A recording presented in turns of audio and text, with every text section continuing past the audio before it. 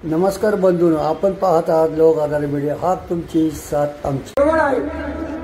ही चळवळ ज्याचा आघात आदरणीय युवा नेते सुजात आगरवालमधून केलेला आहे।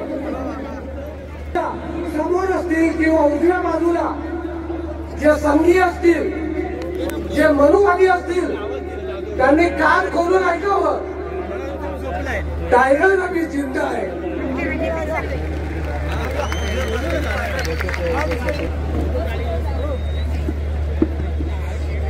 धन्यवाद स्वागत मानण्यासाठी। सर्वप्रथम वंचित शोषित घटकांच्या उद्धारासाठी आयुष्य पणाला लावलेल्या सर्व आघाडीचे राष्ट्रीय अध्यक्ष सन्माननीय बाळासाहेब आंबेडकर, त्याचसोबत डॉक्टर बाबासाहेब आंबेडकरांनी जो धम्म चळवळीचा रथ या समाजाला बहाल केला होता, आज तो धम्म सगळ्या संविधानवादी, लोकशाहीवादी आणि खऱ्या अर्थाच्या माध्यमातून दररोज इथल्या संविधानावरती उघडपणे हल्ले होताना आपल्याला दिसत आहे। कंबरडा मोडण्याचं काम केलेलं आहे, पण दुसऱ्या बाजूला वंचित आरएसएसच्या कार्यालयावरती, आरएसएसच्या घरात जाऊन या सभेला उपस्थित तमाम वंचित बहुजन आघाडीच्या पदाधिकारी, कार्यकर्ता, समर्थक व फुले शाहू आंबेडकरी व संविधानवादी आलेल्या तमाम माता भगिनींना माझी विनंती आहे, आपण ज्या खुर्चीवर बसलेले आहात तर आपल्या प्रत्येकाच्या खुर्चीवर पाठीमागे एक बारकोड स्कॅन लावूया। वंचित बहुजन आघाडीचा विजय असो, आदरणीय बाळासाहेब आंबेडकर तुम संघर्ष करो हम तुम्हारे साथ है। तर साथ देत असताना आपण तन, मन आणि धन याच्या सोबत या वंचितांच्या लढ्यात सहभागी होऊया, कारण ह्या आपल्या पक्षाचा खऱ्या अर्थानं पाठीचा कणा म्हणून कार्यकर्ता आहे आणि कार्यकर्ता हा तनाने, मनाने व धनाने पक्षासोबत उभं राहणार आहे। तर मी विनंती करेल की आपल्या खुर्चीवर असलेल्या बारकोड स्कॅन, आपल्या समोर लागलेल्या LED स्क्रीन यावर देखील त्यानंतर आदरणीय फारूक भाई भाई ने बड़ी अच्छी बात की है। हम हमेशा से कहते हैं कि हम पक्ष के साथ हैं, बाला साहब के साथ हैं, तो वो पीछे का जो QR कोड है ना, वो इस बात को साबित करेगा कि हम पक्ष के साथ हैं। अब जिस आवाज की तरफ हम बढ़ रहे हैं वो महाराष्ट्र में युवा नेतृत्व की मजबूत अम्बेडकर जोरदार शोर के बीच में बुलाइए। सुजात दादा से कहूंगा, अभी ये कहा था कि बोल के लब आजाद है तेरे, जय भीम।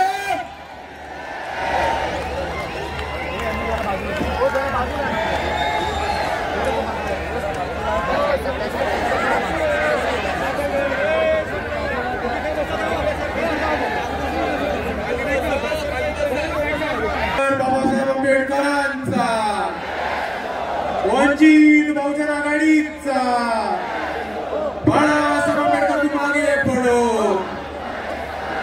जय जय जय जय जय भीम, जय जय जय जय जय भीम। समतेचे विचार रुजवणाऱ्या सर्व महामानवांना त्रिवार अभिवादन करतो। मंचावरती उपस्थित सर्व मान्यवर, तसेच इथे उपस्थित माझ्या माता भगिनी, वडीलधारी मंडळी, या चळवळीतले साथीदार आणि तसेच भारताचे संविधान मानणाऱ्या या देशातल्या प्रत्येक नागरिकाला माझा जय जिजाऊ, जय शिवराय, जय ज्योती, जय क्रांती, जय लहूजी, जय मल्हार, अस्सलाम वालेकुम आणि जय भीम। 2 वर्ष 11 महिने आणि 17 दिवस हे ड्राफ्टिंग कमिटीला भारताचं संविधान लिहायला लागलं आणि 2 वर्ष 11 महिने आणि 17 दिवसांनंतर जेव्हा बाबासाहेब आंबेडकरांनी कॉन्स्टिट्युएंट असेंब्ली समोर संविधानाचं त्यांचं ड्राफ्ट समोर ठेवलं, तेव्हा त्यांनी एक महत्वाचं भाषण दिलं होतं आणि ती तारीख होती 25 नोव्हेंबर 1949 आणि म्हणून 25 नोव्हेंबर रोजी ज्या विजननी, ज्या विचारांनी आणि ज्या विचारधारेने बाबासाहेबांनी संविधान लिहिलं होतं, त्या विचारांना, त्या विजनला आणि त्या विचारधारेला वाचवून ठेवण्यासाठी आणि त्याचा सन्मान करण्यासाठी वंचित बहुजन आघाडी 25 नोव्हेंबर रोजी शिवाजी पार्कवरती संविधान सन्मान महासभा देत आहे. आणि मी आपल्या सर्वांना एवढं सांगतो की ह्याच्या पुढच्या प्रत्येक वर्षी वंचित बहुजन आघाडी 25 नोव्हेंबर रोजी शिवाजी पार्कला इतक्याच मोठ्या गर्दीने, इतक्याच मोठ्या ताकदीने, इतक्याच मोठ्या संख्येने दरवर्षी संविधान महासभा घेत राहील आणि आपल्या सर्वांना यायला भाग आहे. आणि हेच बोलत असताना बाबासाहेबांनी त्या भाषणामध्ये त्यांचे विजन मांडली होती, विचार मांडले होते आणि तशीच एक काळजी आणि पोटतिडकी मांडली होती. आणि बाबासाहेब म्हटले होते, it is certain that if parties place creed over country, our independence will be in jeopardy for a second time and it will be lost probably forever. We must be determined to defend our independence with our last drop of blood. याचा अर्थ हाच होतो की इकडच्या राजकीय पक्षांनी, इकडच्या सत्ताधाऱ्यांनी जर देशासमोर देशाच्या प्राधान्यापेक्षा वरती जात, जमात आणि धर्म ठेवला तर आपण आपलं स्वातंत्र्य गमवून बसू. ही परिस्थिती आपल्या सर्वांना समजून घेतली पाहिजे. आणि त्याच वाक्यामध्ये बाबासाहेब हे सुद्धा म्हणतात की आपली जबाबदारी आहे, ही आपल्या सर्वांची रिस्पॉन्सिबिलिटी आहे की संविधान वाचवणं आणि देशाचं स्वातंत्र्य आणि देशाचे इंटरेस्ट हे जातीच्या, धर्माच्या आणि जमातीच्या पुढे ठेवून. पण आता देशात काय चालू आहे हे आपल्या सर्वांना समजून घेणं गरजेचं आहे मित्रांनो. 2014 मध्ये जेव्हा भाजप सत्तेत आली तेव्हा आम्ही ओरडून बोंबलून सांगत होतो की धर्मामध्ये, जमातीमध्ये, जातीमध्ये तिढा निर्माण करून, भांडणं लावून, दंगल करून ही भाजप सत्ता उपभोगण्याचं काम करणारे. आणि 2014 पासून 2025 पर्यंत आतापर्यंत जे घडले ते तसंच चालू आहे मित्रांनो, हे समजून घ्या. 2025 ची स्थिती समजून घ्या. 2025 मध्ये Maratha versus OBC, Banjara versus आदिवासी, धनगर वर्सेस आदिवासी, मातंग वर्सेस बौद्ध असं समाजामध्ये दंगली पेटवण्याचं काम, भांडणं पेटवण्याचं काम हे भाजपने आता सुरू केलेलं आहे. हे आपल्या सर्वांना समजून घेणं गरजेचं आहे. दुसऱ्या बाजूला परवाचीच घटना बघा. अरुणाचल प्रदेशची एक महिला होती. 18 तास तिला चायनामध्ये शांघाय एअरपोर्ट वरती चायनाच्या अथॉरिटीजनी, चायनाच्या सरकारने तिला दाबून ठेवलं होतं. का? कारण ती अरुणाचल प्रदेशची होती आणि भारताचा पासपोर्ट वापरत होती. आणि चायनाने म्हटलं की आम्ही अरुणाचल प्रदेशला भारताचा भाग नाही मानत आणि अरुणाचल प्रदेशच्या लोकांना भारताचा पासपोर्ट दिलेला चायनाला चालत नाही. ही वस्तुस्थिती समजून घ्या. 1 महिन्यापूर्वी भारताचे माजी सरन्यायाधीश भूषण गवई यांचे पुतळे जाळण्यात आले आणि यांच्या पुतळ्यांना चपला मारण्यात आल्या. हे कुठे घडलं? तर न्यूयॉर्कच्या टाइम्स स्क्वेअर मध्ये घडलं. आणि आपण या दोन्ही घटनांचा अभ्यास करा मित्रांनो.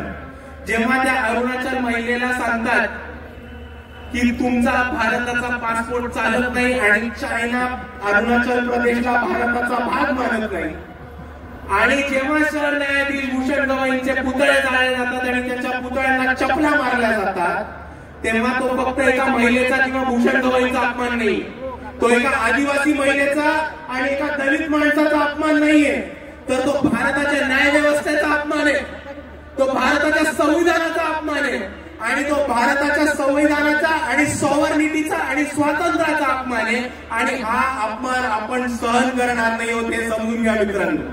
पण हेच बोलत असताना दुसऱ्या बाजूला एक गोष्ट समजून घ्या की इकडे नरेंद्र मोदी स्वतःला 56 इंची छाती असलेलं म्हणतात, अमित शहा स्वतःला खमक असे गृहमंत्री म्हणतात. पण हे दोघं सत्तेत असताना आज चायना अरुणाचल प्रदेशला भारताचा भाग मानत नाही आणि भारताच्या सरन्यायाधीशच्या पुतळ्याला चपला USA मध्ये मारल्या जातात.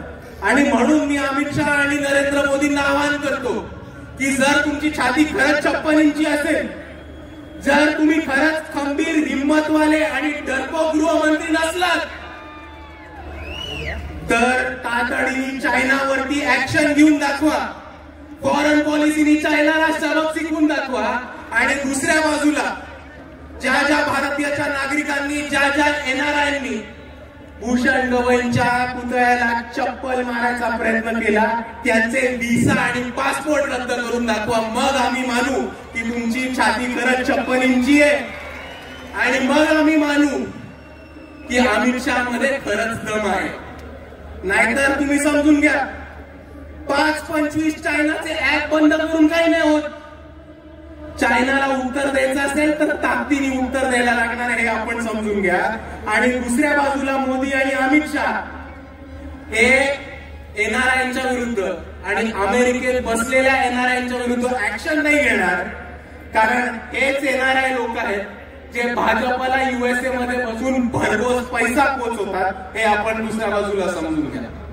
आणि भारतामध्ये आणि अमेरिकेतल्या गोष्टी बोलत असताना परवाच एक रिपोर्ट आला की $3,30,000 हे RSS नावाच्या अनधिकृत टेररिस्ट ऑर्गनायझेशननी USA मध्ये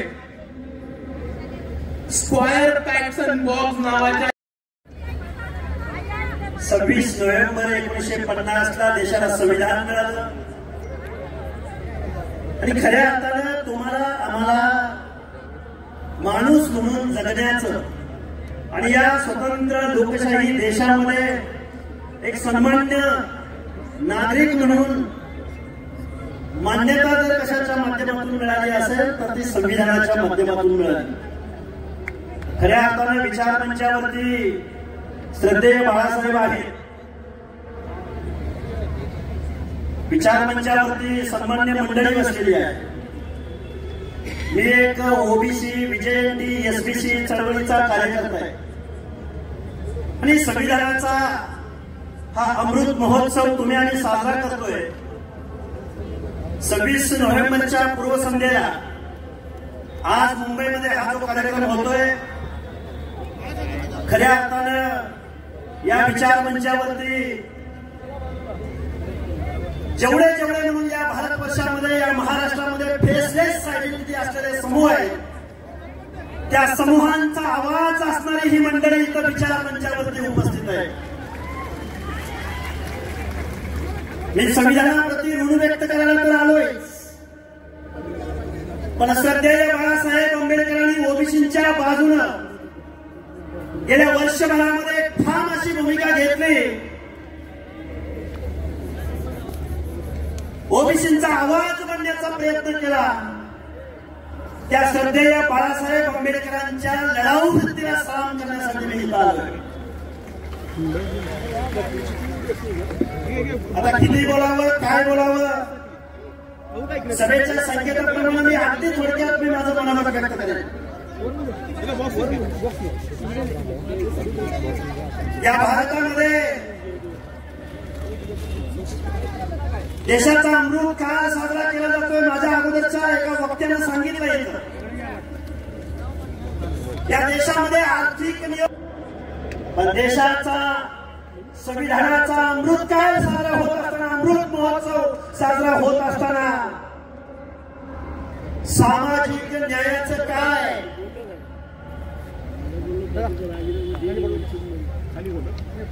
हजारो लाखो करोडो रुपयांची उड्डाणं होत असताना आजही आम्हाला सोशल जस्टिस मिळालेलं नाही. आज वंचित बहुजन आघाडीच्या माध्यमातून हा कार्यक्रम होतोय. पीडितांचा गरिबांचा कष्टकऱ्यांचा सामाजिक दृष्ट्या मागासांचा आवाज बनण्याचं काम महामानव डॉक्टर बाबासाहेब आंबेडकरांनी केलं. आज संविधानाचा अमृत महोत्सव साजरा होत असताना बाबासाहेबांनी तुम्हाला आम्हाला लढण्याचा मूलमंत्र दिला. राजसत्ता आणि राजपाट हा मागून मिळत नसतो. मान सन्मान इज्जत अधिकार मागून मिळत नसतात. तर त्यासाठी संघर्ष उभा करावा लागतो. लढाई उभी करावी लागते. आंदोलन उभं करावं लागतं. डॉक्टर बाबासाहेब आंबेडकरांनी तुम्हाला सांगितलं होतं राज्यकर्ती जमात बना शासन करती जमात बना. आणि तुम्ही आम्ही काय बनलो? डॉक्टर बाबासाहेब आंबेडकरांनी तुम्हाला मला शिका, संघटित व्हा, संघर्ष करा, राज्यकर्ती जमात व्हा असंच बोलले का डॉक्टर बाबासाहेब आंबेडकर तुम्हाला शासन करती जमात व्हा म्हणून? नाही. कारण या लोकशाहीमध्ये टाटा, बिर्ला, अंबानीच्या मताला जेवढी किंमत, तेवढीच गाव वगैरेमध्ये काबड कष्ट करणाऱ्या ऊसतोड मजुराच्या मताला सुद्धा तेवढीच किंमत. एक व्यक्ती, एक मत, एक मूल्य. पण तुम्ही आम्ही काय केलं? गाव वगैरेतल्या शोषिताचा, वंचिताचा, पीडिताचा, गोरगरिबाचा आजही या लोकांना सामाजिक न्याय नाही भेटला. आता माझ्या शेजारी चव्हाण साहेब बसलेले आहेत, आपल्या वंचितचे पदाधिकारी. आजही या महाराष्ट्रामध्ये अनेक प्रश्न आहेत. एकच प्रश्न शेवटचा म्हणेल, भटक्या विमुक्त जाती जमातीमधली विजयंती प्रवर्गामधली माणसं आजही देशाचा अमृत महोत्सव साजरा झाला, संविधानाचा अमृत महोत्सव साजरा होईल. पण गाव वगैरेतला भटक्या विमुक्त जाती जमाती मधल्या लोकांचं आजही पाल गेलं नाही. पाल आजही मुंबई पुणे शहरामध्ये जमिनीशी समांतर पालन करून इथली ट्रायबल लोक, इथली भटक्या विमुक्त जाती जमाती आजही जीवन जगतात. या अमृत काळामध्ये या भटक्या विमुक्त जाती जमातीला आजही घर भेटलं नाही, आजही स्वच्छतागृह भेटलं नाही, आजही लोकसंख्येच्या प्रमाणात आर्थिक बजेट भेटलं नाही. एका बाजूला संविधानाचं गाणं निश्चित गावं लागल, एका बाजूला संविधानाचा अमृतकाल निश्चित साजरा करावा लागेल. पण दुसऱ्या बाजूला मात्र तुम्हाला आम्हाला शासन करती जमात बनावं लागेल. तर आणि तरच तुमच्या आमच्यामध्ये परिवर्तन घडू शकतं. महाराष्ट्रामध्ये ओबीसी बांधवांना नवनाथ आबा तुम्ही आम्ही समजावून सांगतोय. गेली वर्ष 2 वर्ष आम्ही आंदोलन उभं करतोय.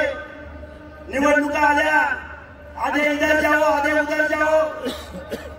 माझी तुम्हाला हात जोडून कळकळीची विनंती आहे, संविधानाचा हा अमृतकाल साजरा होत असताना तुम्ही आम्ही सगळ्या लोकांनी, संविधानवादी लोकांनी, मानवतावादी लोकांनी, बंधुतावादी लोकांनी, काबाड कष्ट करणाऱ्या लोकांनी, सामाजिक न्यायाच्या प्रतीक्षेमध्ये उभ्या असलेल्या लोकांनी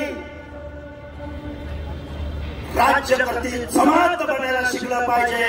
तर आणि तरच तुमचं आमचं परिवर्तन शक्य आहे. अदरवाईज दुसऱ्याच्या हातून जर तुम्ही काही मागायला गेला, अरे भीक मागितली तर भीक मिळते.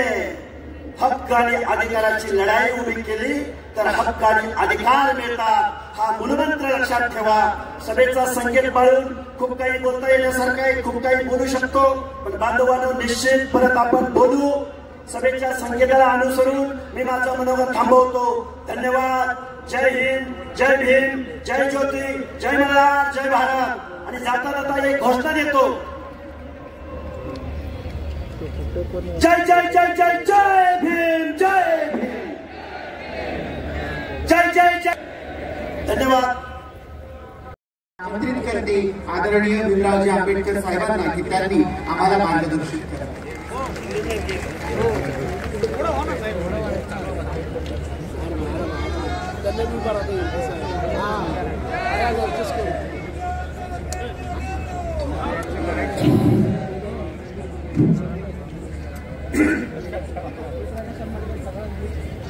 पावणे 10 झाले, काय बोलायचं ठरवावं लागेल.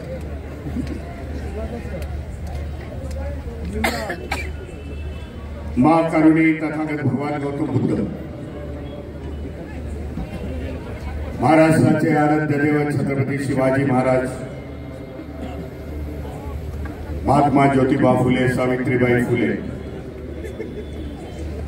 शाहू महाराज, संविधानकार बोधिसत्व डॉक्टर बाबासाहेब आंबेडकर, बहुजनांच्या सर्व महापुरुषांना विनम्र अभिवादन करू. मंचकावरती असेल, बाळासाहेब आंबेडकर आणि सर्व मान्यवर समय का अभाव है, परंतु संविधानावरती बोलावं लागतं.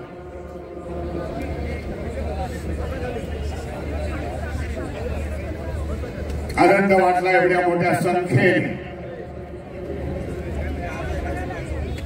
महाराष्ट्राच्या राजधानीमध्ये मुंबईमध्ये एवढ्या मोठ्या संख्येने आज इथे हजर आहात. देखील आमची ताकद दाखवू शकतो हे तुम्ही दाखवून दिलं, त्याच्याबद्दल मी आपला अभिनंदन. एक निर्णायक ताकद या महाराष्ट्रामध्ये नाही तर संपूर्ण देशामध्ये एक निर्णायक ताकद आंबेडकरवाद्यांची आहे. बहुजन विचारसरणीची एक ताकद आहे. ताकद फक्त एकत्र यायला पाहिजे.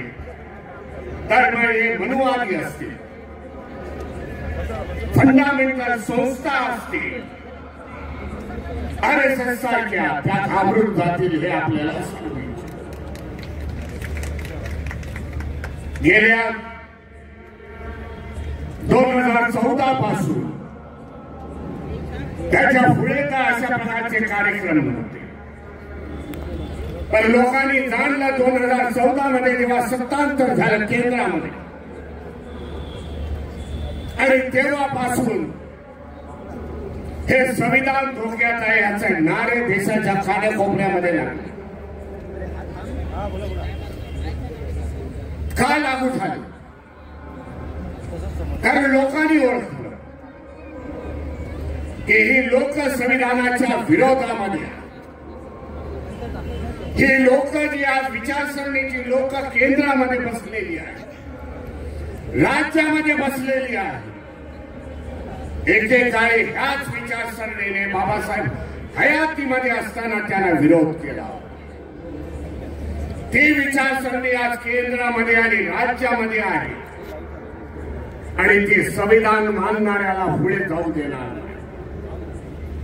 सांगू इच्छितो, जेवढा विरोध होईल तेवढा आंबेडकरवादी रस्त्यावरती येईल आणि रस्त्यावरची लढाई जिंकेल.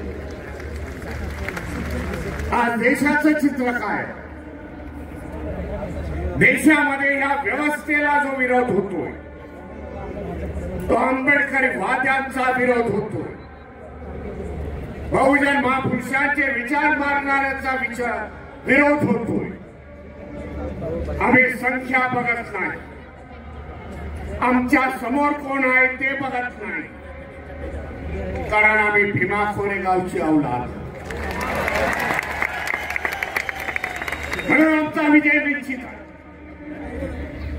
या धम्ममंच गावाचं ज्या आज आपण बघितलं, जास्त वेळ घेत नाही, परंतु आज एकोपा ज्या मायनॉरिटीज आहेत या देशामधले मुस्लिम आहेत, आज लिंगायत समाजाचे धर्मगुरू इथे बसलेले आहेत. जे कर्नाटकामध्ये लिंगायत समाज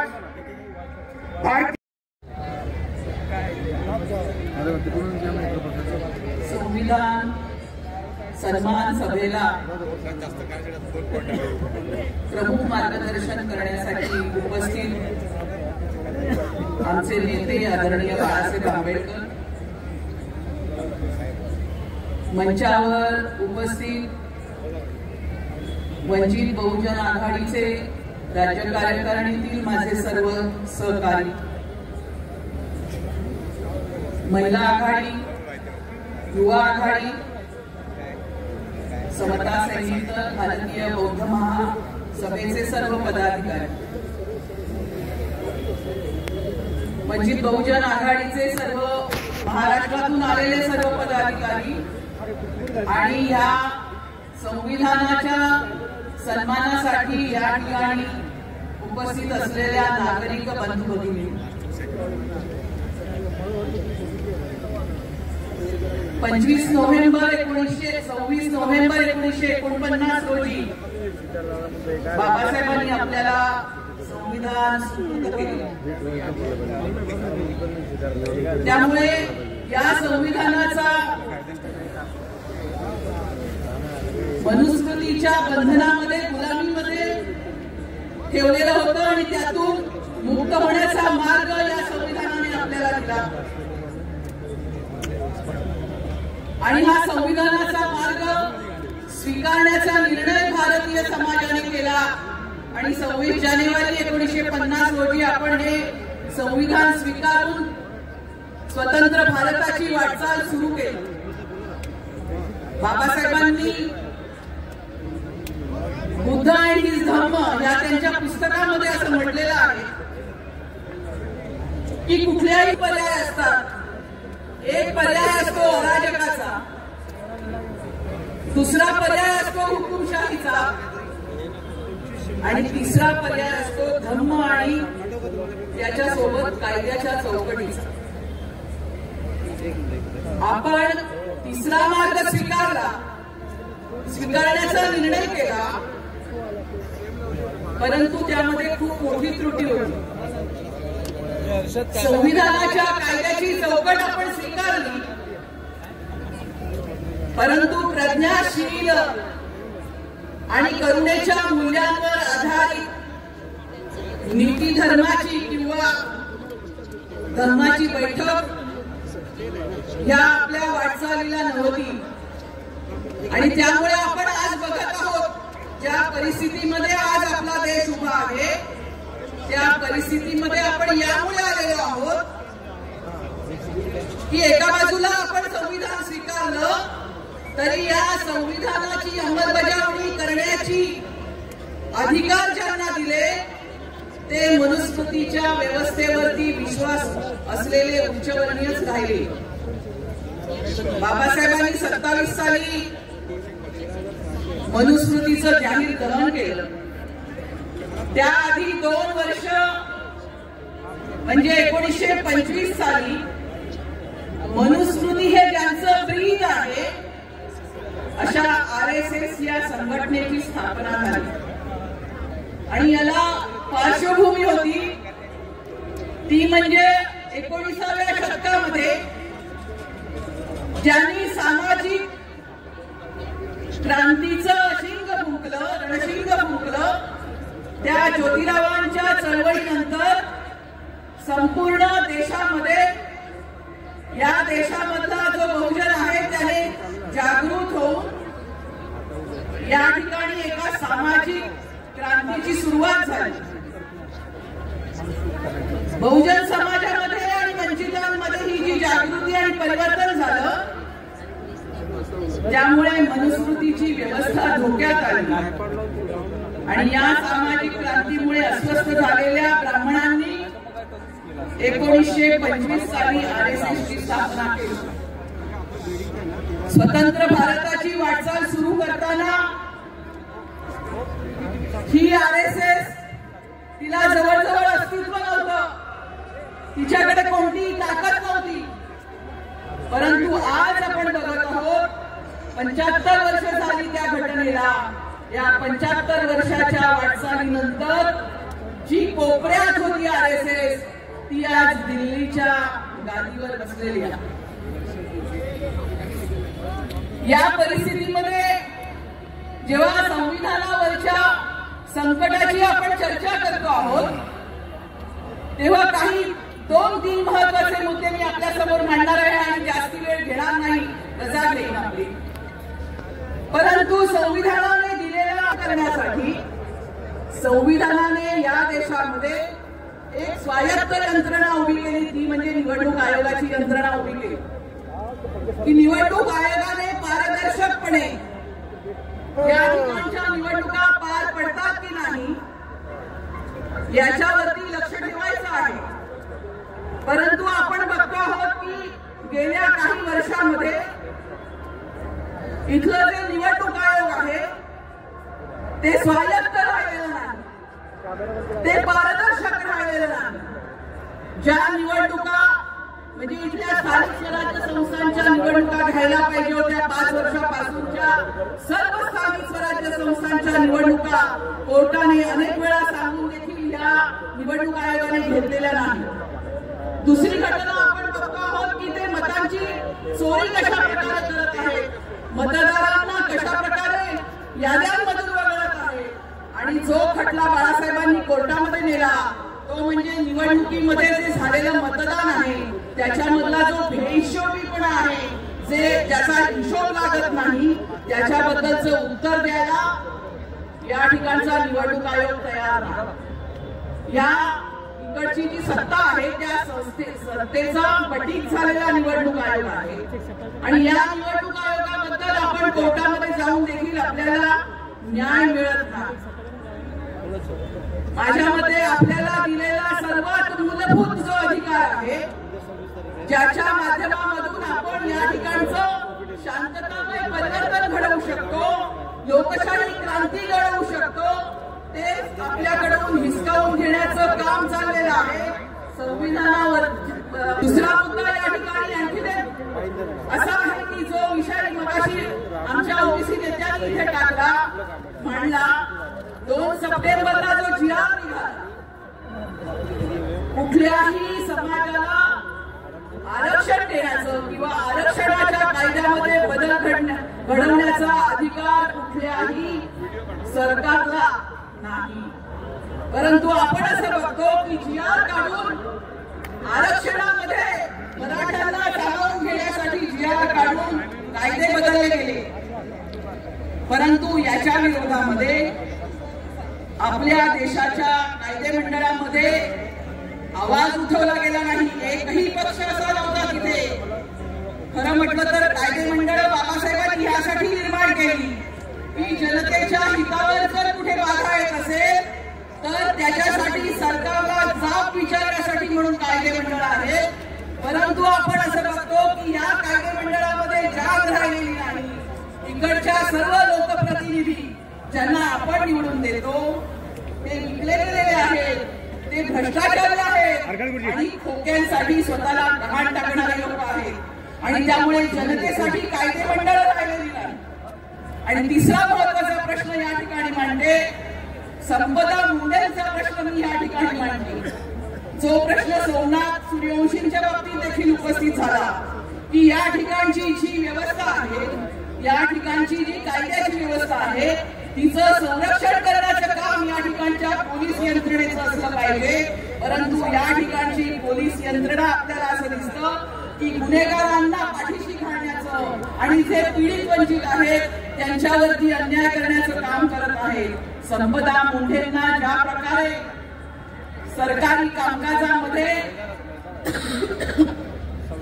ढवळाढवळ करण्यासाठी पोस्टमॉर्टमचे रिपोर्ट बदलून देण्यासाठी दबाव आणण्यात आला आणि ते केलं नाही म्हणून त्यांचं ज्या प्रकारे हत्या करण्यात आली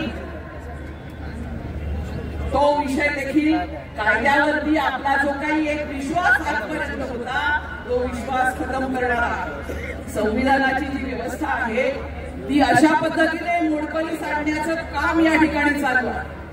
मी फक्त या ठिकाणी एकच गोष्ट आपल्याला सांगायला मागते की आपल्याला वाटतं तेवढी ही लढाई सोपी नाही. आपण काढत आहोत मोर्चे, आपण काढत आहोत अशा प्रकारच्या मोठ्या सभा, याची आवश्यकता आहे कारण आपण जागृत होण्याची आवश्यकता आहे.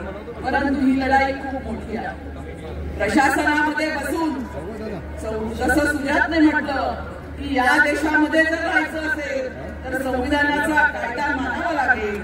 मग संविधानाचा कायदा मानायला RSSला भाग पाडणारी ब्युरोक्रसी जोपर्यंत आपण निर्माण करत नाही, लोकप्रतिनिधी जोपर्यंत आपण निर्माण करत नाही तोपर्यंत ही लढाई आपण जिंकू शकत नाही हे आपण लक्षात घेतलं पाहिजे. फक्त कायदे मंडळ आणि या ठिकाणच्या स्थानिक स्वराज्य संस्थांमधल्या निवडणुका जिंकून आपली लढाई संपत नाही. या लढाईसाठी खरं तर आपल्याला बाबासाहेबांना अभिप्रेत असलेला जो धर्मावरती आचरण करणारा असा माणूस आहे हा माणूस आपल्याला घडवावा लागेल. आणि अशा लाखो माणसांचा संघर्ष करू.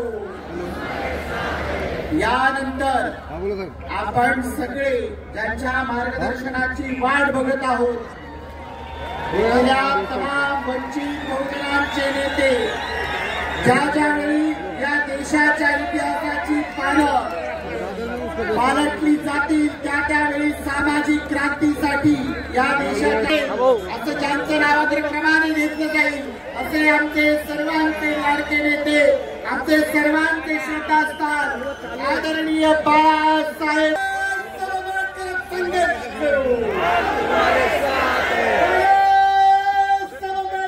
संघर्ष करो, तुम्हारे साथ है।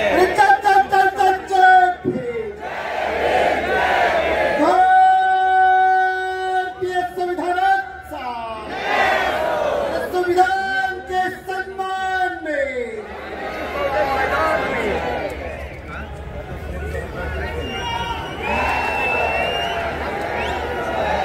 मंचावरती उपस्थित सर्व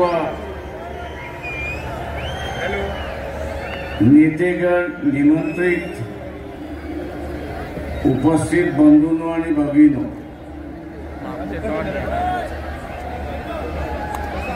वेळेचा आणि म्हणून आपण आज सारा संविधानाचा सन्मान करत आहोत। पण जी गती चाललेली आहे, जी गती चाललेली आहे त्या गतीतून इथला असताना संविधान राहील याची काहीच गॅरंटी देता येत नाही, हे लक्षात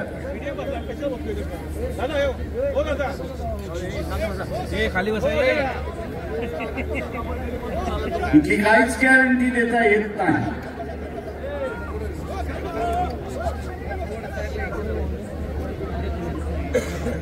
आणि म्हणून इथला बहुजनवादी, फुले शाहू आंबेडकरवादी हा स्वतःला संविधानवादी म्हणतो। आज त्याच्यावरती जबाबदारी आलेली आहे की त्यांनी या संविधानाच्या संदर्भात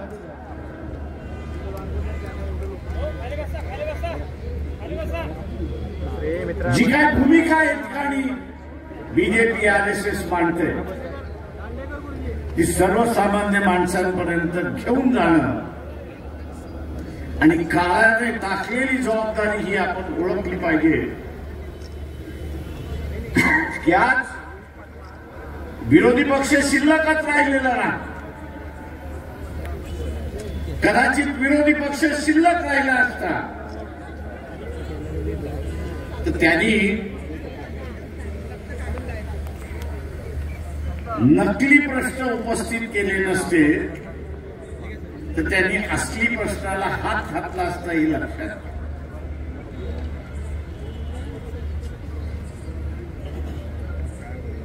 तो डोनाल्ड ट्रम्प तिकडनं ओरडतोय की पाकिस्तानने 7 विमानं पाडली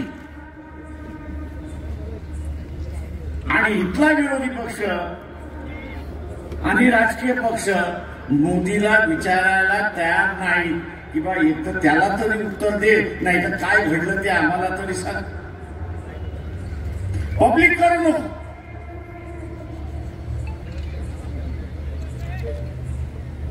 पण ते मान्यता प्राप्त राजकीय पक्षाने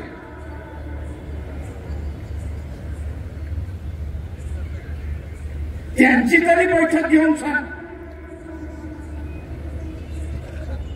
धर्माचं राजकारण, आम्ही इथल्या कुठल्या धर्माच्या विरोधात नाही, इथल्या कुठल्या जातीच्या विरोधात नाही, पण जग हे अजूनही हिटलरशाहीला विरोध करतोय हे आपण असताना लक्षात घ्या। माझं मोहन भागवत यांना असताना विचार, तुम्ही इटलीचे असताना मुस्लिम,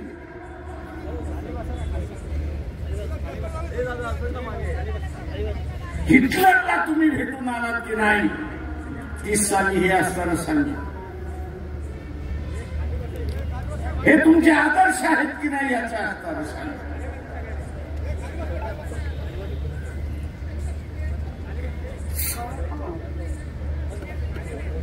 आणि एका काळी आणि आजही बैठकांमध्ये हिटलर आणि मुसोलिनी हा आमचा असणारा हिरो आहे म्हणून म्हटलं जातं. दुसऱ्या महायुद्धाचं जनक कोण आहे तर हिटलर होता आणि मुसोलिनी होता अशी गोष्ट.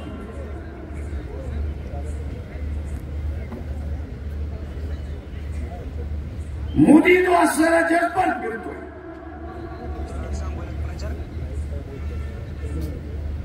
आणि जे भारतीय बसलेले आहेत इतर देशांमध्ये त्यांच्या सभा घेतो.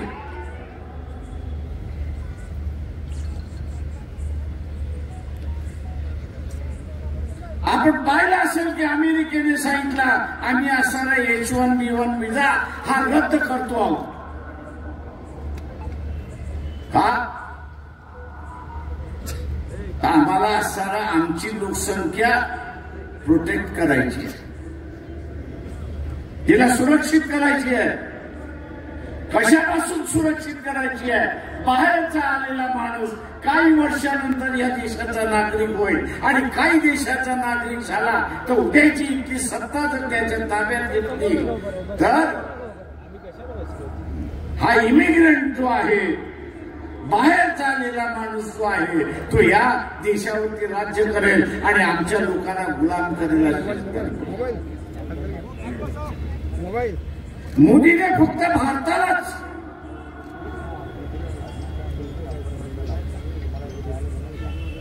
नुकसान पोचवलेलं नाही,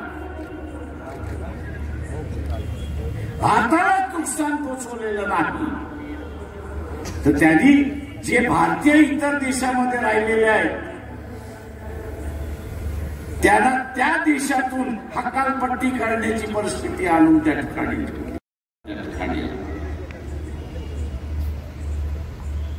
जगभर मोदी फिरला.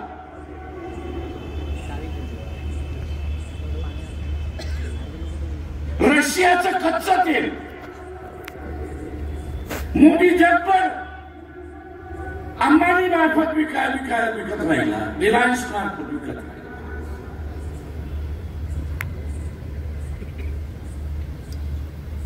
पण जे काय 12 दिवसाचं युद्ध भारताचं झालं, 4 दिवसाचं युद्ध झालं असं म्हणा. पाकिस्तान बरोबर एक देश तरी तुमच्या बरोबर उभा राहिला का? इथल्या मनुवादी हिंदुत्वाला विचारतो, एक देश तुमच्या बरोबर उभा राहिला का याचा असणारा खुलासा करा. आज एकही नाही. का नाही? तर या देशाला आता खतरा म्हणून समजल्या जात हे लक्षात घ्या.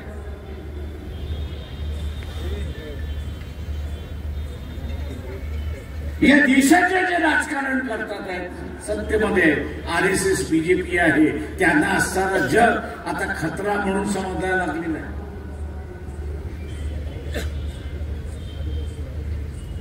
खतरा म्हणून त्या ठिकाणी समजायला लागलेले आहेत आणि म्हणून एकही देश मित्रत्व करायला तयार नाही अशी परिस्थिती.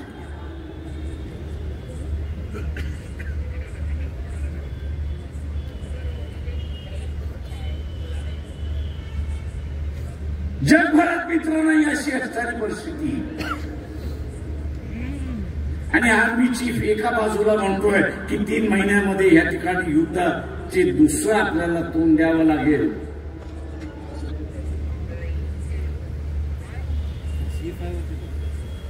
पाकिस्तानला मदत कोण करते? अमेरिका करते, इंग्लंड करते, फ्रान्स करते, जर्मनी करते, चायना करते आणि रशिया सुद्धा करते अशी असणारी.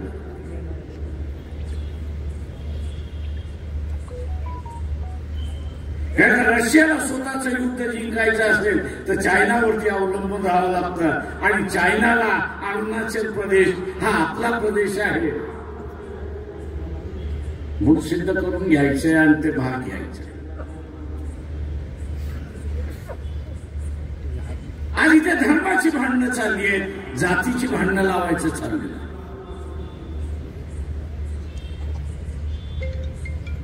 इथला मीडिया जो आहे तू ह्याची चर्चाच करायला तयार नाही. त्याच्यावरती बोलायला तयार नाही.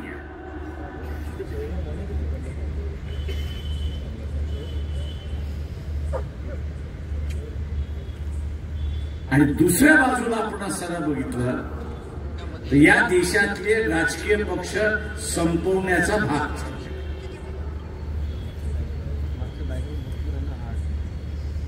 विळाच उचललेला आहे.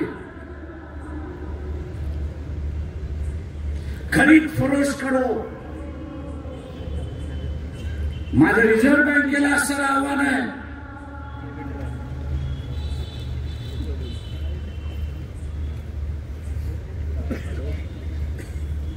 की मोदीने असं नोटा बदलण्याचा कार्यक्रम केला. त्यावेळेस सांगण्यात आलं की 16 लाख कोटी अशा काहीतरी नोटा होत्या.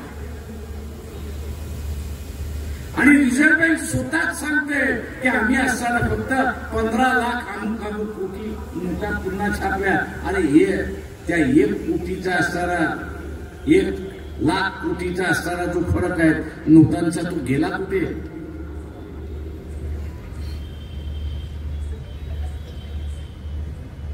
दुर्दैवाने मी म्हणेन या देशातल्या विचारवंताबद्दल बाबासाहेबांनी जे त्यावेळेस म्हटलं होतं ते आज खरं व्हायला. तो म्हटला इथला इंटेलेक्च्युअल क्लास आहे, इथला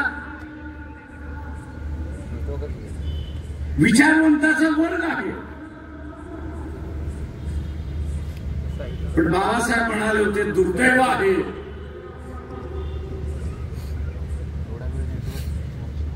की ऑनेस्टी जी आहे, प्रामाणिकता जी आहे ती मिसिंग आहे, ती नाहीच आहे.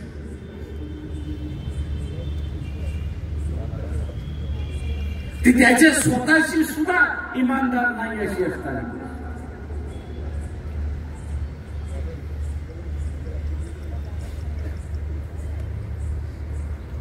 आणि म्हणून जोपर्यंत हे संविधान आहे तोपर्यंत आपण असताना देश म्हणून जिवंत आहोत हे असताना लक्षात.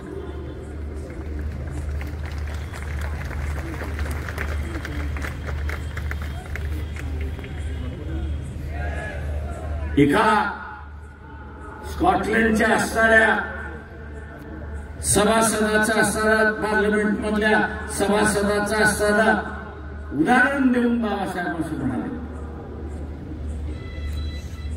की तुमची इच्छा असेल की आमच्यावरती राज्य करा. त्याचं भाषण बाबासाहेबांनी तिथे असताना मांडलं आणि त्यांनी असं मानलं की तुमची इच्छा असेल की आमच्यावरती राज्य करावं, पण आमची इच्छा आहे की आम्ही स्वतंत्र राहिलं पाहिजे. त्याचं काय म्हटलं संघर्षाशिवाय दुसरा मार्ग नाही.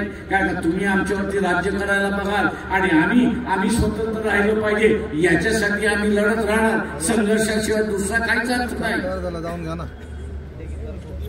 मोहन भागवत आव्हान करतो तुला, जे संविधान बदलतोय ते म्हणतोय, जे संविधान बदलतोय ते म्हणतोय 15 दिवसामध्ये तुम्ही दाखल केलेलं असताना संविधान या देशामध्ये चर्चेला सुरुवात करा. हे बाबासाहेबांनी लिहिलंय म्हणून आम्ही म्हणत नाही.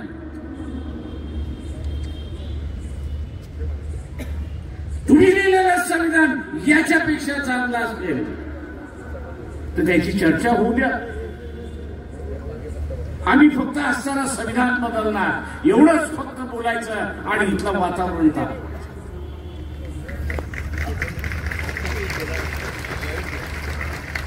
आणि संविधान बदलणार एवढंच म्हणायचं आणि वातावरण तापवायचं.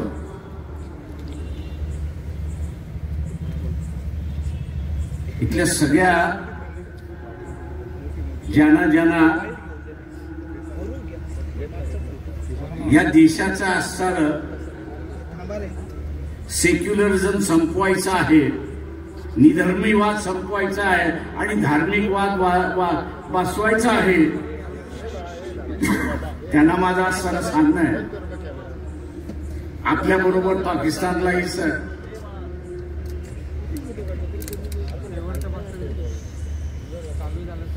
आपल्या बरोबर पाकिस्तानलाही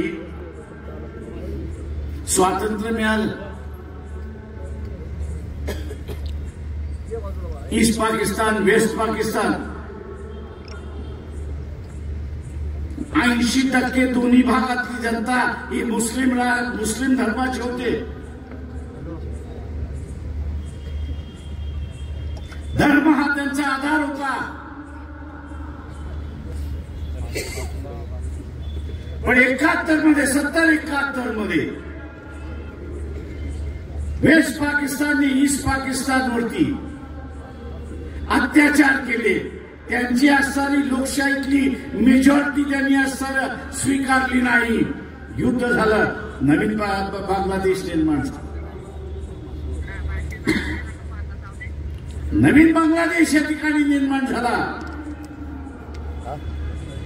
ताज उदाहरण आपल्याकडे आहे की धर्माच्या आधारित राष्ट्र हे कधी टिकत नाही. धर्माच्या आधारे राष्ट्र कधी टिकत नाही. राष्ट्र हे टिकतं समतेच्या जोरावरती. राष्ट्र हे टिकतं स्वातंत्र्याच्या जोरावरती. राष्ट्र हे टिकतं बंधुत्वाच्या जोरावरती, सन्मानाच्या जोरावरती. धर्मावरती टिकलेलं नाही. आणि म्हणून चॅलेंज आहे की आणा तुमची संविधान दिलेलं असेल, खुलेआम त्याची असणारी चर्चा करू. आणि ते आणू शकत नसाल, ते आणू शकत नसाल तर या देशाच्या विघटनेला तरी खातपाणी घालू नका, एवढी माझी विनंती.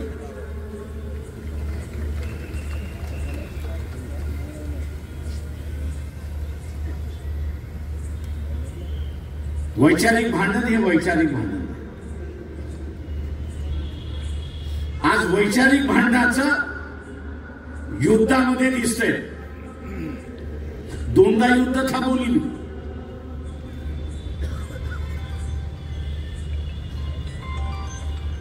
एक युद्ध ओबीसी आणि मराठ्यांमधला कोविडच्या अगोदरच.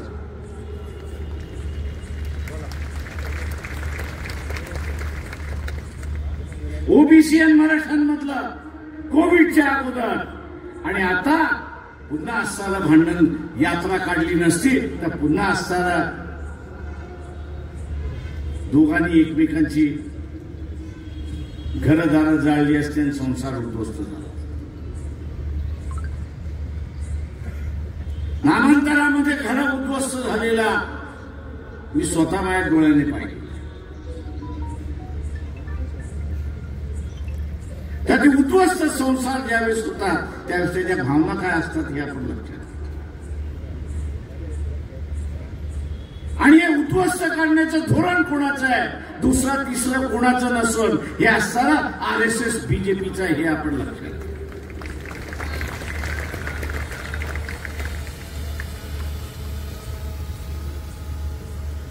आणि म्हणून आम्ही असताना इथं आवाहन करतोय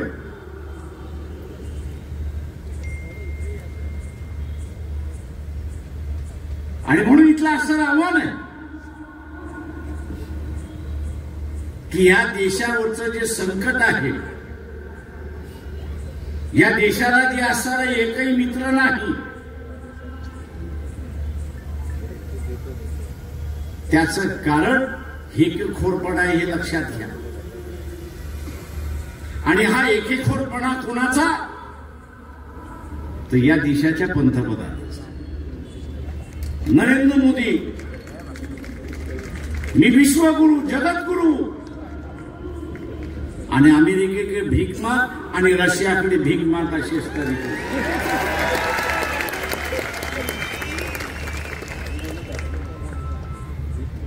आणि ते मग म्हणतात ठीक आहे इतर वेळेस तू हो जगद्गुरु, विश्वगुरु, युद्धाच्या वेळेस तू आमच्याकडेच येशील ना.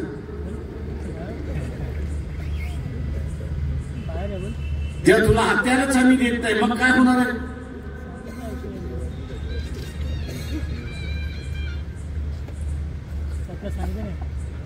इथल्या असणाऱ्या सनातनवाद्यांना विचारतो, उद्याचं युद्ध झालं आणि अमेरिका असेल, इंग्लंड असेल, फ्रान्स असेल, जर्मनी असेल, रशिया असेल, चायना असेल, हे जर पाकिस्तानला हत्यार देणार असेल तर तुम्ही टिकणार आहात का?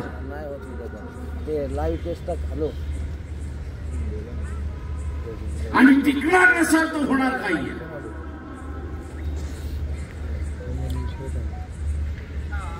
याची चर्चा या ठिकाणी केली जात नाही. ती म्हणजे भारत हा जगातला सगळ्यात मोठा मार्केट आहे, हे लक्षात घ्या. बाजारपेठ आहे आणि या बाजारपेठेवरती सगळ्यांचा असणारा डोळा आहे.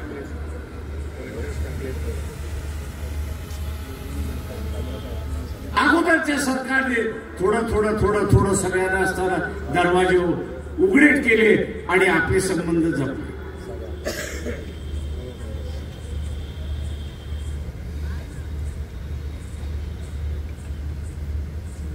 आत्ताच्या असणाऱ्या परिस्थितीमध्ये बाजारपेठ कोणाला नको, स्वतःवरूनच ठरवा. एखादी सोन्याची पेटी तुम्हाला पळवता आली तर तुम्ही पळवणार की न पळवणार हे सांगा. पळवणार की न पळवणार? मग जी तुमची वृत्ती आहे ती जगातल्या माणसाची झाली तर काय हरकत आहे? बाजारपेठ मिळवण्यासाठी काही करायला त्या ठिकाणी तयार होतील हे लक्षात. काही जण दाऊद इब्राहिमचे साथीदार झालेले आहेत,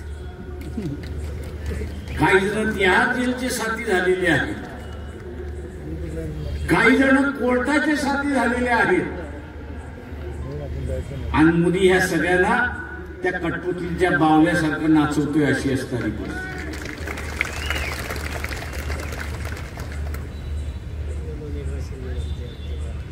काही दिवस तमाशा व्यवस्थित चालला, पण आता भारतीयाने शानपणा जर स्वीकारला नाही, इथल्या असणाऱ्या विचारवंताने आपला आवाज बुलंद केला नाही. खासगीमध्ये अनेक जण मला अनेक गोष्टी सांगत असतात आणि मी त्यांना म्हणत असतो, राजे हो, माझ्याशी बोलताय तसं पब्लिकशी बोला.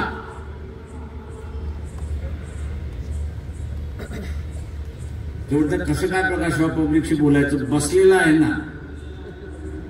म्हटलं कोण? म्हटलं नरेंद्र मोदी ते म्हणतात. म्हटलं नरेंद्र मोदी या देशाचा नोकर आहे हे पहिल्यांदा लक्षात. तो आहे प्राईम मिनिस्टर, तो जगासाठी भारताचा प्राईम मिनिस्टर आहे आणि ते आम्ही मानतो. पण ह्या देशाच्या नागरिकासाठी तो एक नोकर आहे हे असताना लक्षात. सत्ता ही खऱ्या तुमच्या हातामध्ये. सत्ता ही सर्वसामान्य माणसाच्या हातामध्ये आहे. पण तोच जर चिरीमणीमध्ये विकत गेला, जुनी म्हण होती राजा तशी प्रजा. आता फक्त उलट झालेलं आहे.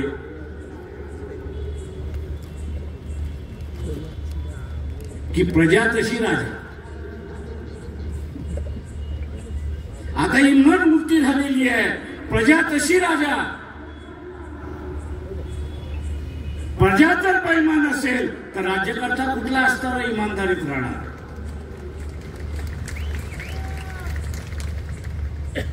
प्रजा जर बेईमान असेल तर राजा कुठे इमानदार राहणार आहे?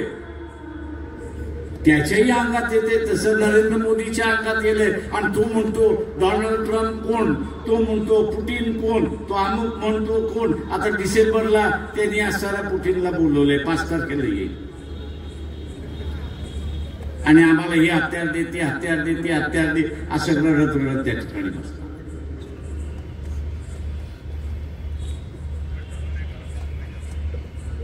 आत्ताचा असणारा हा जो काळ आहे. आपण आपल्या प्रश्नावरती तर लढतो, आरक्षणाचं असेल त्याच्यावरती लढतो, अभिमानाचा आहे त्याच्यावरती लढतो, बेरोजगारी आहे त्याच्या विरोधात लढतो. पण त्याच्याच बरोबर जे प्रश्न नव्हते ते मोदींनी आता निर्माण केले हे लक्षात घ्या.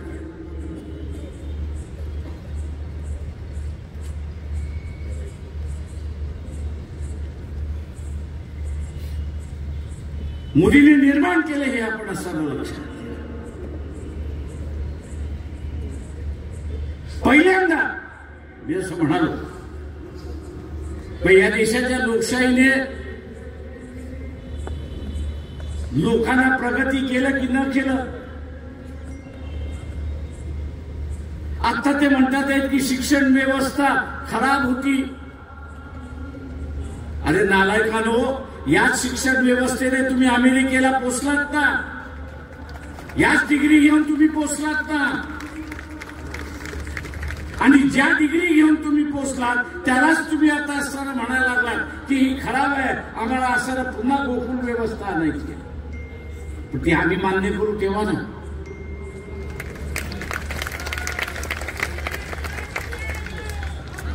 जुन्या गोकुळाची तुम्ही जर व्यवस्था केली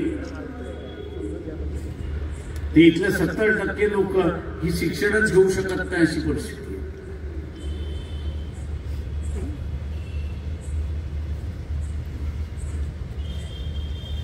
आणि म्हणून माझं आव्हान आहे आपल्या सगळ्यांना,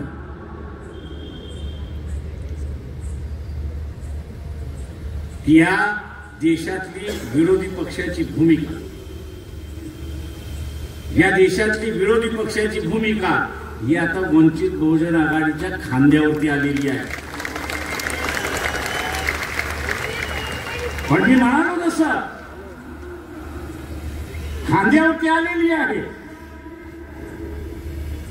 वंचित बहुजन आघाडीच्या मतदारावरती आलेली आहे.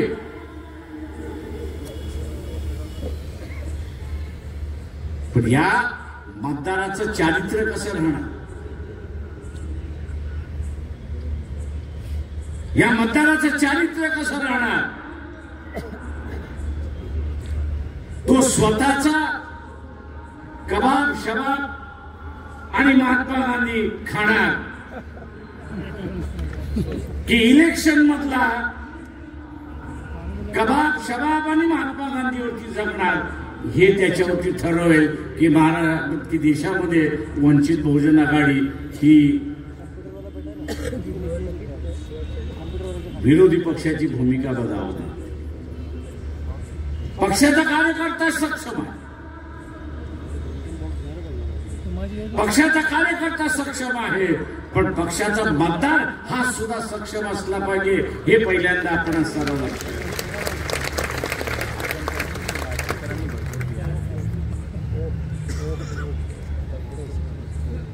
पक्षाचा मतदार हा सुद्धा सक्षम असला पाहिजे.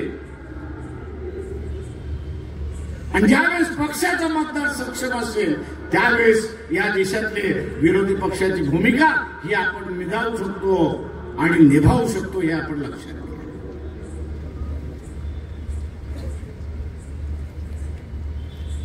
माझं आव्हान आहे आपल्या सगळ्या,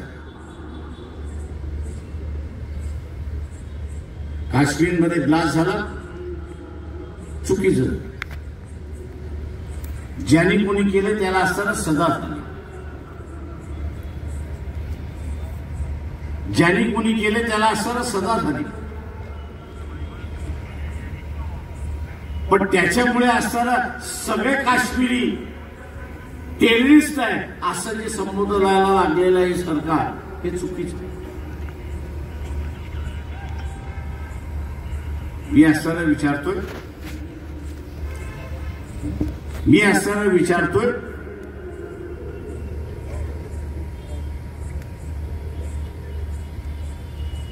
मालेगावचा ब्लास्ट, याच्यामध्ये कुठल्या संघटनेचं नाव होतं, कुठल्या व्यक्तींचं नाव होतं. म्हणजे व्यक्ती ज्या समाजाच्या होत्या तो अख्खा समाज तुम्ही असताना म्हणणार आहे की टेररिस्ट.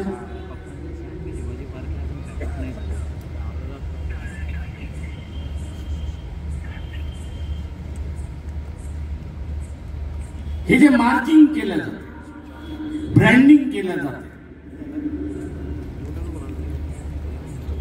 ही देशाच्या एकतेला सगळ्यात मोठा धोका आहे.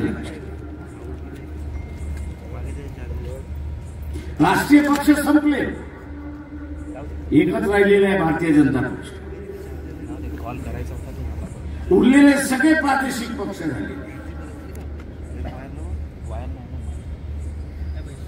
उरलेले सगळे प्रादेशिक पक्ष झाले. कदाचित उद्या येणाऱ्या काळामध्ये जे राष्ट्रीय पक्षांचं झालं ते या रिजनल पार्टीचं सुद्धा होईल. मग काय, खुलं मैदान, जे पाहिजे ते करा. जे समाजामधलं असणारं युद्ध, जातीमधलं असणारं युद्ध, धर्मामधलं असणारं युद्ध या देशाच्या वाटचालीवरती आहे हे आपण लक्षात घ्या. आणि ही देण कोणाची आहे तर ही देण RSS BJPची आहे हे आपण असताना लक्षात. आणि म्हणून जे संविधानवादी आहेत ते राष्ट्रवादी आहेत हे आपण लक्षात घ्या. जे संविधानवादी आहेत ते राष्ट्रवादी आहेत, जे मनुवादी आहेत ते या देशाचे विघटक आहेत हे आपण लक्षात घ्या. जे मनुवादी आहेत ते या देशाचे विघटक आहेत. आणि म्हणून आपण बघत असाल की या देशाचं विघटन गेल्या 2500 वर्ष झालं.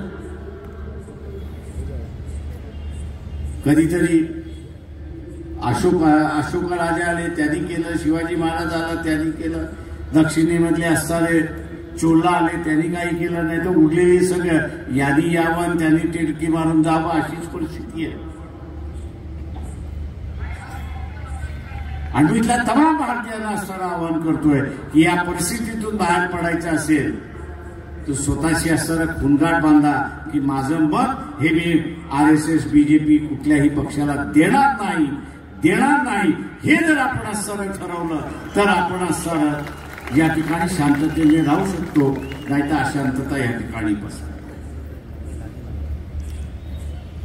आपण आपल्या प्रयत्नाने ज्यांना या देशाचं विघटन करायचं आहे त्यांना यशस्वी होऊ देणार नाही याची खुणगाट आपण सगळ्यांनी या ठिकाणी बांधली. ही खुणगाट आपण बांधली पाहिजे.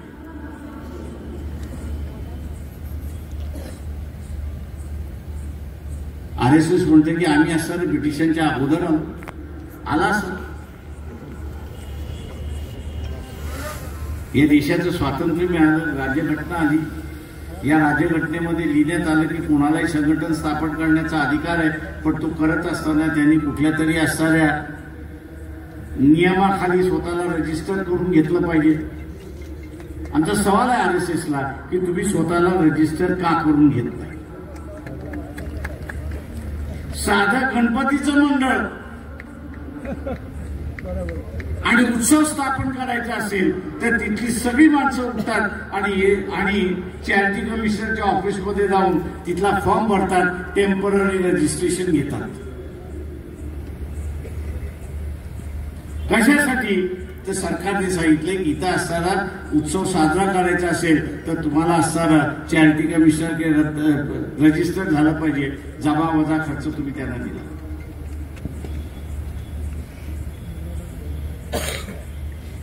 म्हणून भागवत तुम्ही सांगा की तुम्ही रजिस्टर का स्वतःला करत नाही?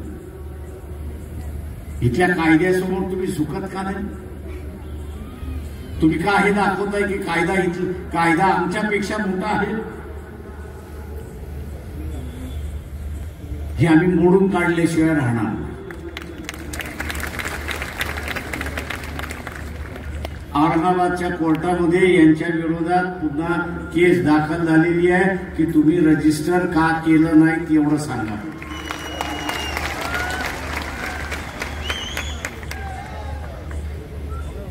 तुम्ही रजिस्टर करून घ्या, आमचं भांडण मिटलं.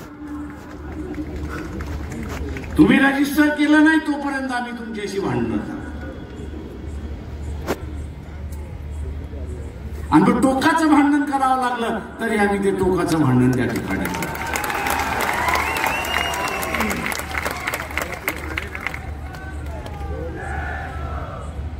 त्या औरंगाबादचे पोलीस आता असताना मला घाबरतात. मी त्यांना असताना म्हटलं की याच्यामध्ये तुमची साक्षी मी घेणार की तुम्ही असताना जी संघटना रजिस्टर्ड नाही त्याला पोलीस प्रोटेक्शन कसं दिलं तेवढं सांगा. तुम्ही पोलीस प्रोटेक्शन कसं दिलं तेवढं सांगा.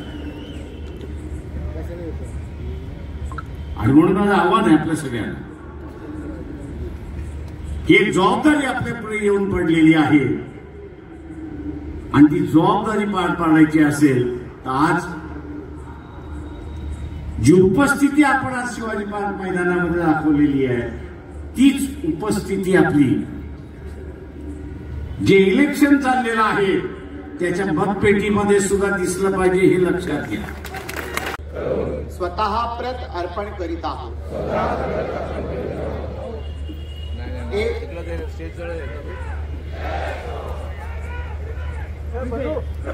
एक साथ राष्ट्रगीत शुरू करेंगे. शुरू कर.